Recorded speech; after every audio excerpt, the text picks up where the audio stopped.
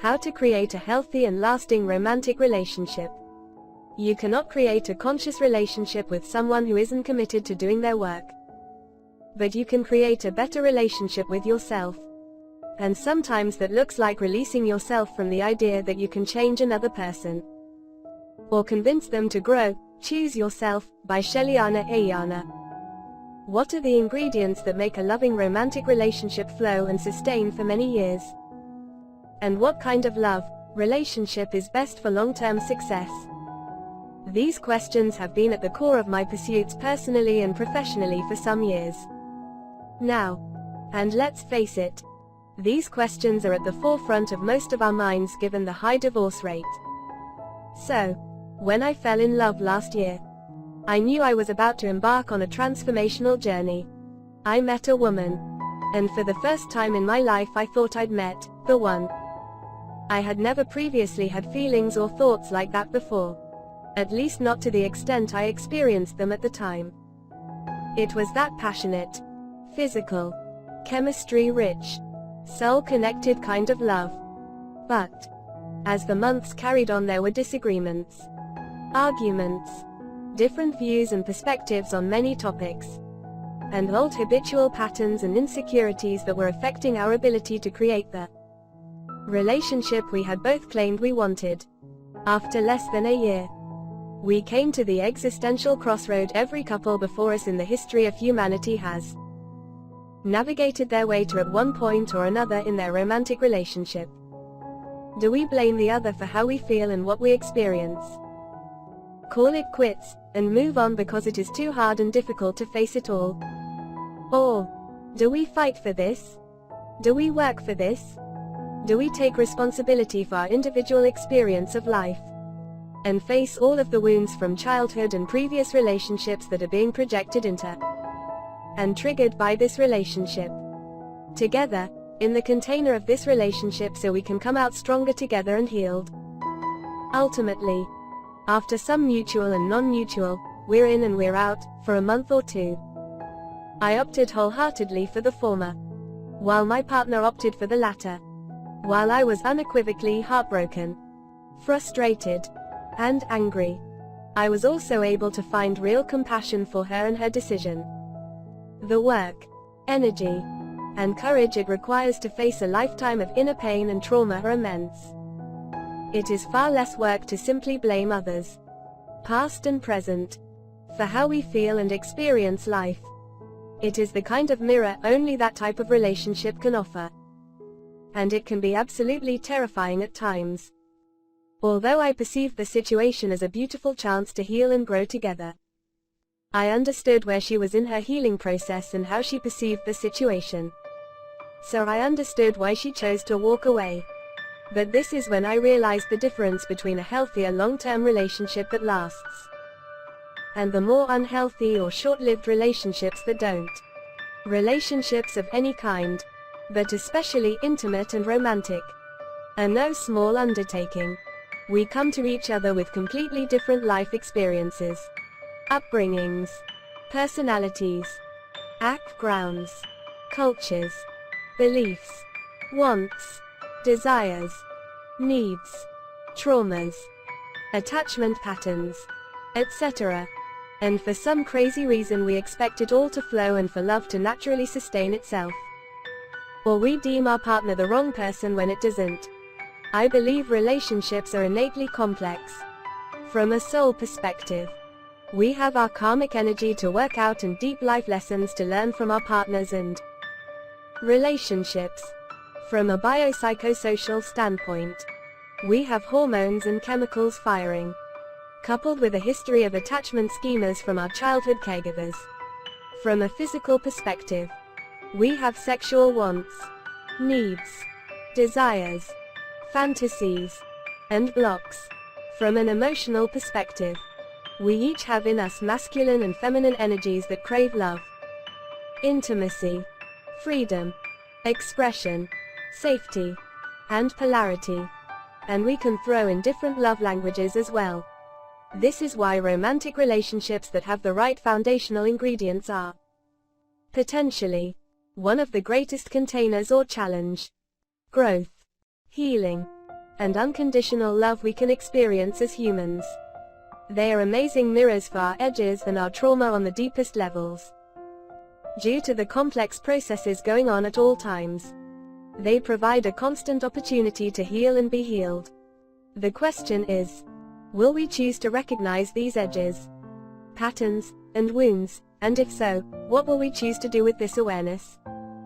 Behind the complexity and at the core of it all, I learned that building and sustaining a lasting, healthy romantic relationship doesn't depend on having everything in common or seeing eye to eye on everything.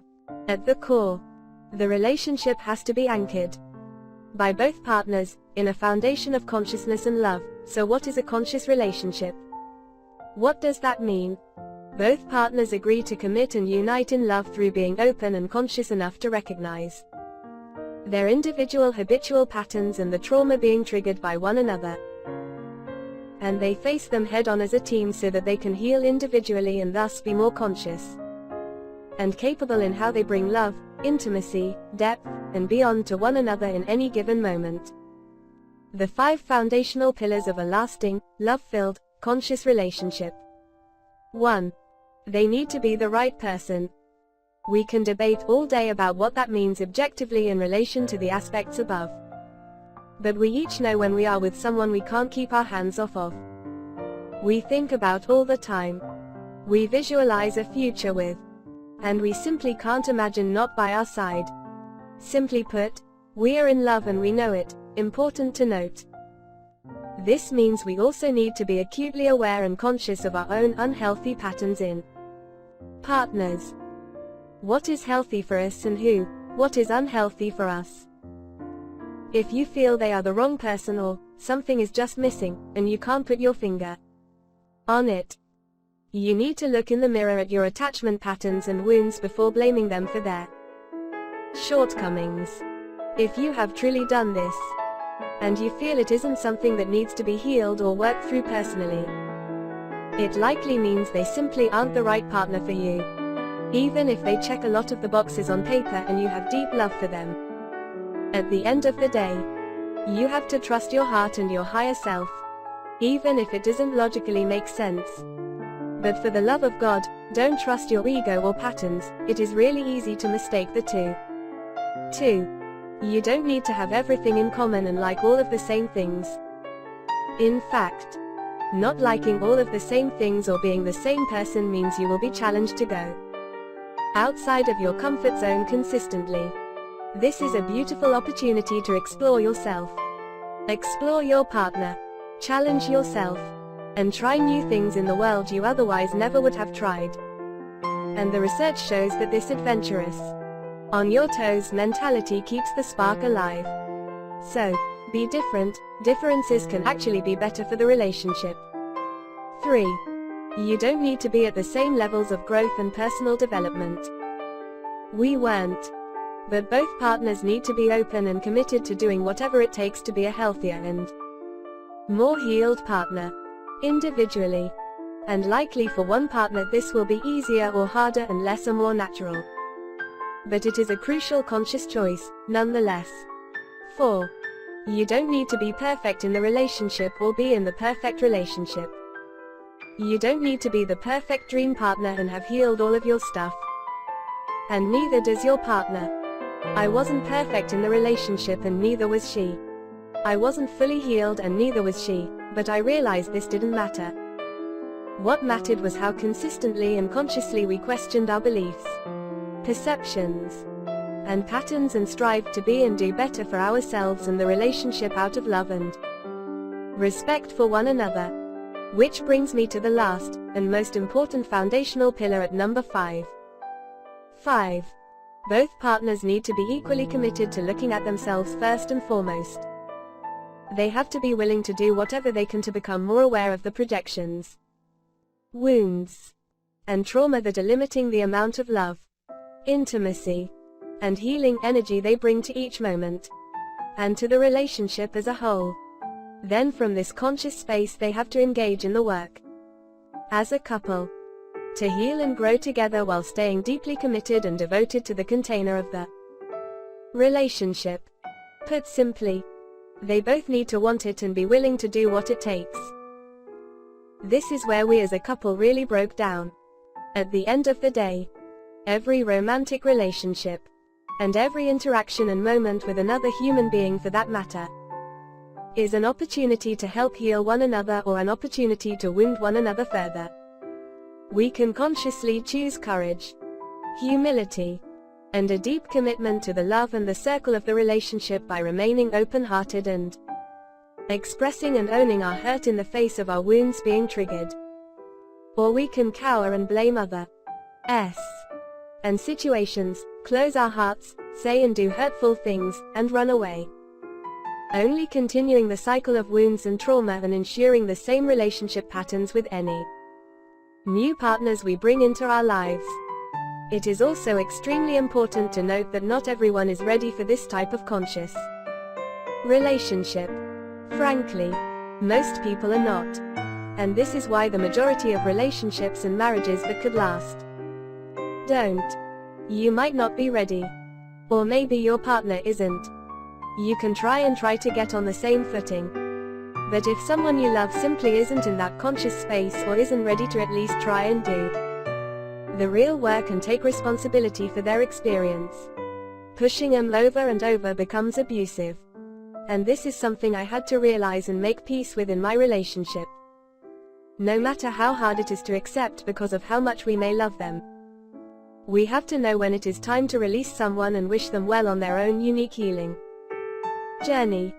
We have to know when to move on from someone who isn't capable of or willing to put in the work and effort at this point in their journey to create a healthy conscious relationship and to heal themselves at that level. And while letting that person go will be one of the most difficult things you'll ever do. It was for me.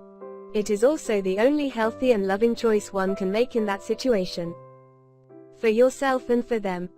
We must keep faith and know that someone just as amazing, who is ready to do the work and be a conscious and devoted partner, will eventually come into our life.